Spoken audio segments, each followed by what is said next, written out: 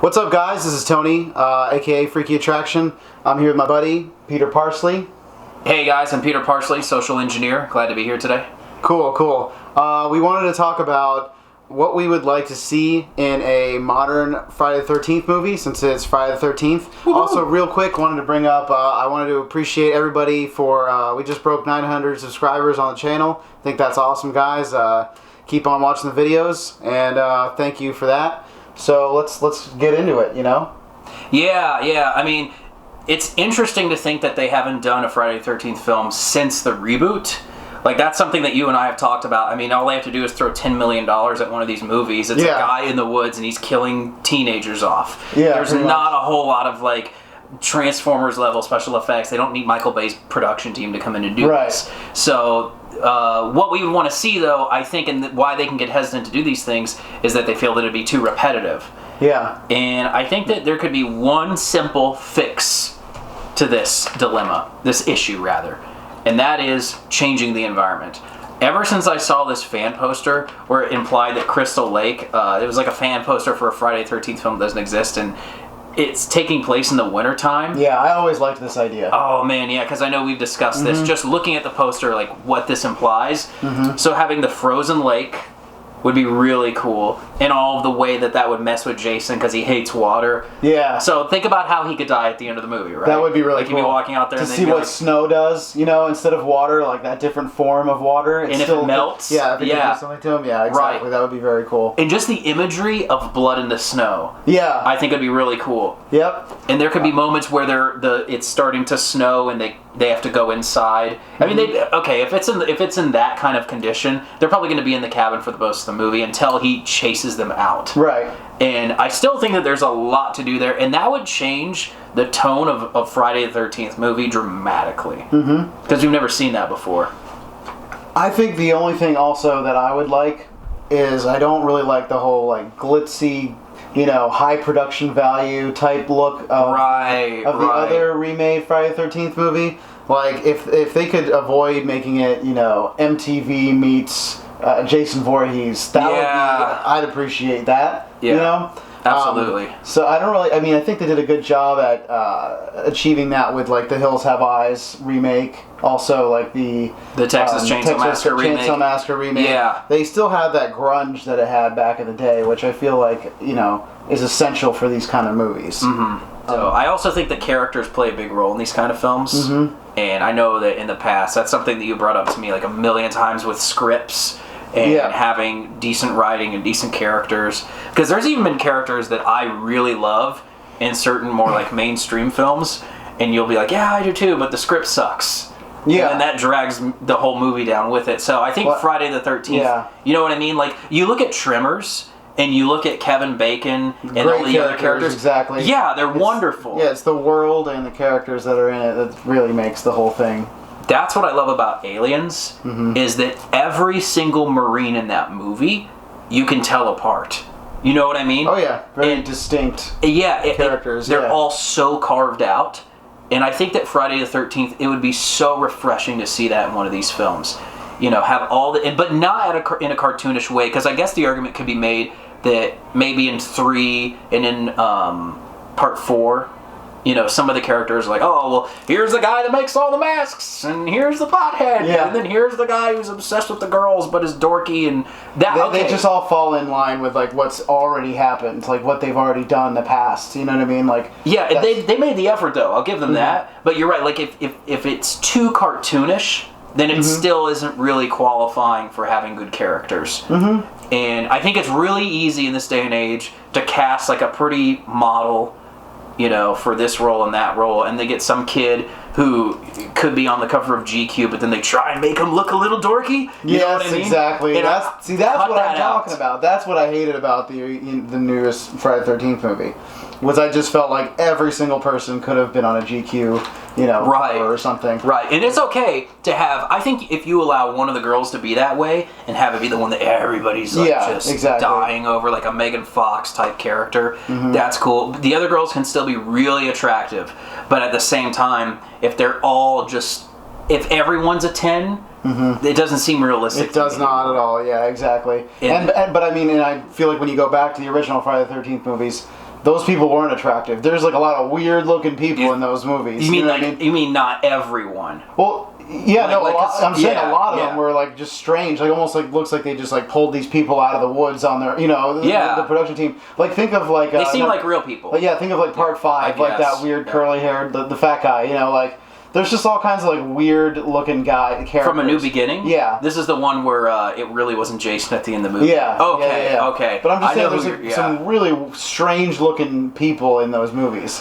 Yeah. So I just feel like that's cool. That was something that It could be I anybody. liked from like old horror movies. Like they did that with Hills Have Eyes, like the original one. Like the gas station attendant and stuff, like before they go out there. There's like just this weird, crazy, bizarre looking guy that's like, really, where did you get this guy from? Some insane asylum? Like you really, Sure. It looks legit.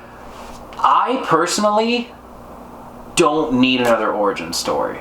Like, I feel like I could see the studio sitting around going, we've never really explained his background completely. And I'm kind of like, but I don't want that movie. I don't want to spend 45 minutes on following Jason from when he was like 5 years old and how he was already an outcast, but he just tried to be part of the group and then he drowned and all that. You can take care of that in a flashback. Yeah. And I know how tempting it is to do this, like everything needs to be explained. I mean, yeah, I think that is a big deal in test audiences now, and it shouldn't be. I think that's just like a red herring that studios fall for. I think that we can just kind of move on.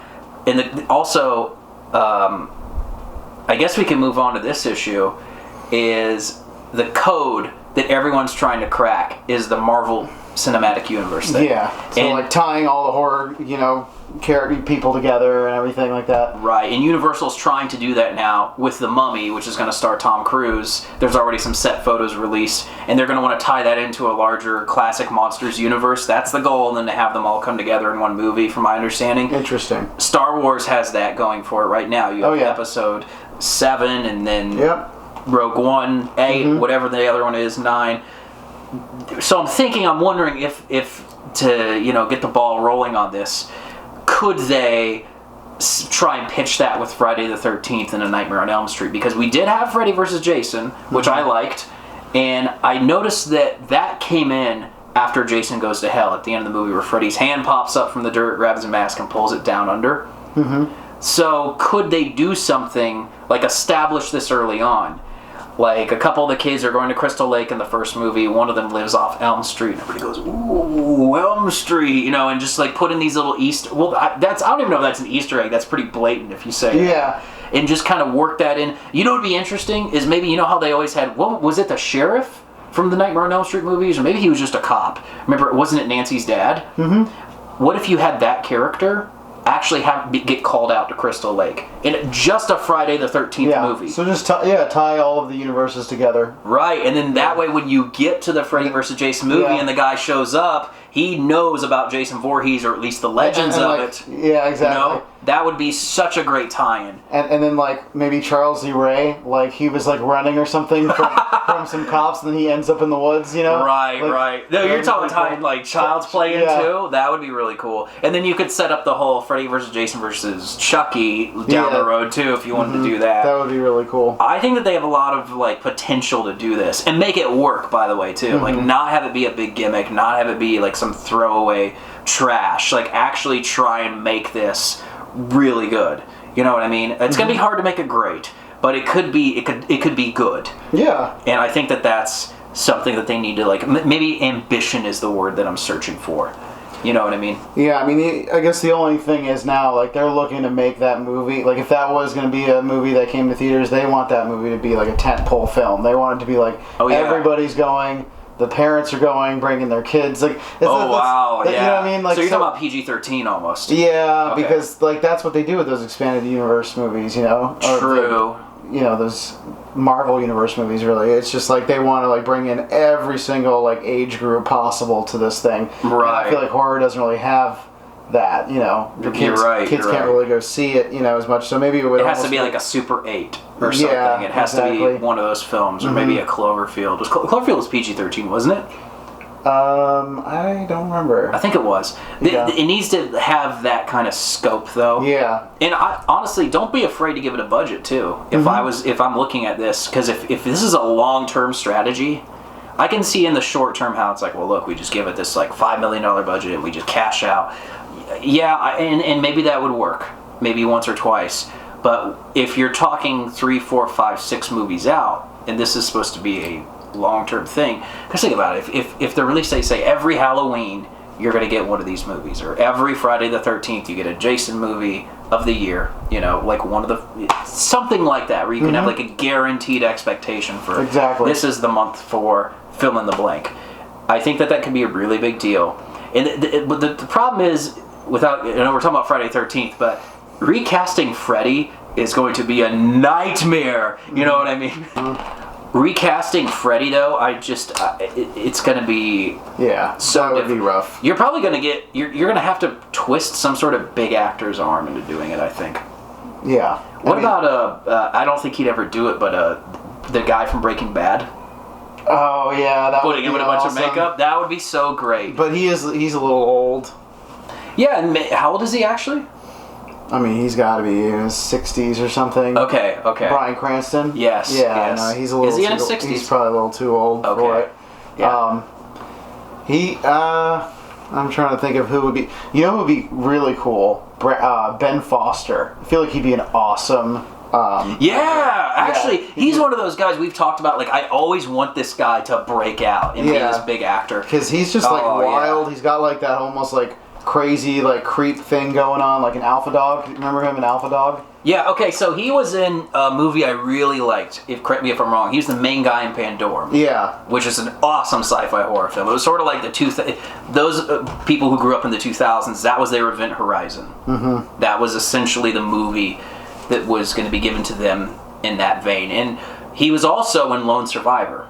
He's one of the soldiers in that movie. Yeah, that was a really good film. And he is somebody who has a lot of potential, and I think he would have the flexibility and range for a Freddy Krueger. Yeah, he would be cool. Yeah. So I think that this would be a great way to kind of reinvigorate both franchises, because both of them are up for new movies. Both of them, and studios are obsessed with reboots and remakes right now, so you can I can guarantee it's going to go that way. At some point, yeah. Yeah. Okay, so that's a good question you bring up, too, about getting back to Friday the 13th and Nightmare on Elm Street. How funny should it be? What level of humor should be in I don't think that they should be funny at all, because I mean, the originals are not funny. The originals aren't intended to be funny. When it got further on down the line. Well, yeah, no, I'm talking about like the first 3. You know, were not funny. Were not even considered campy. You know, they were actually like horror films. Yeah. And then obviously there's some later, comedic relief in the third one though, with the Cheech and Chong relationship. Yeah, but it's nothing like if it was today, where there'd be like a consistent character that was throughout the whole thing making jokes. Right. And it's like, I feel like that's what they always do with like horror movies now. They make it like more of like a horror comedy. Almost every single horror movie that comes out, they feel safe. Unless it's like one of the Ghost movies. So that's about all we wanted to talk about. Happy Friday the 13th, everybody. Just so you guys know, we're going to be releasing some new content on the channel. Basically, just a lot of stuff like with us watching random bad horror movies, making fun of them, some new monster matchups, that kind of thing. And also, check out my buddy's channel. Yeah, my channel, if you want to check it out, is youtube.com/user/Peter Parsley Official. It's all about social engineering, human hacking, and social dynamics. It's not horror related, but if you're into that sort of thing, you should definitely check it out, and hopefully we can have some more of these discussions in the future. Definitely, guys. And, you know. Uh-oh. See you later. I'm gonna hide.